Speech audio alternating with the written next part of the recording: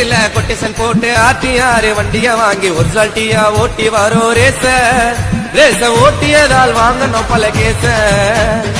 எங்களுக்கும் ரேச ஓட்ட தெரியுங்க,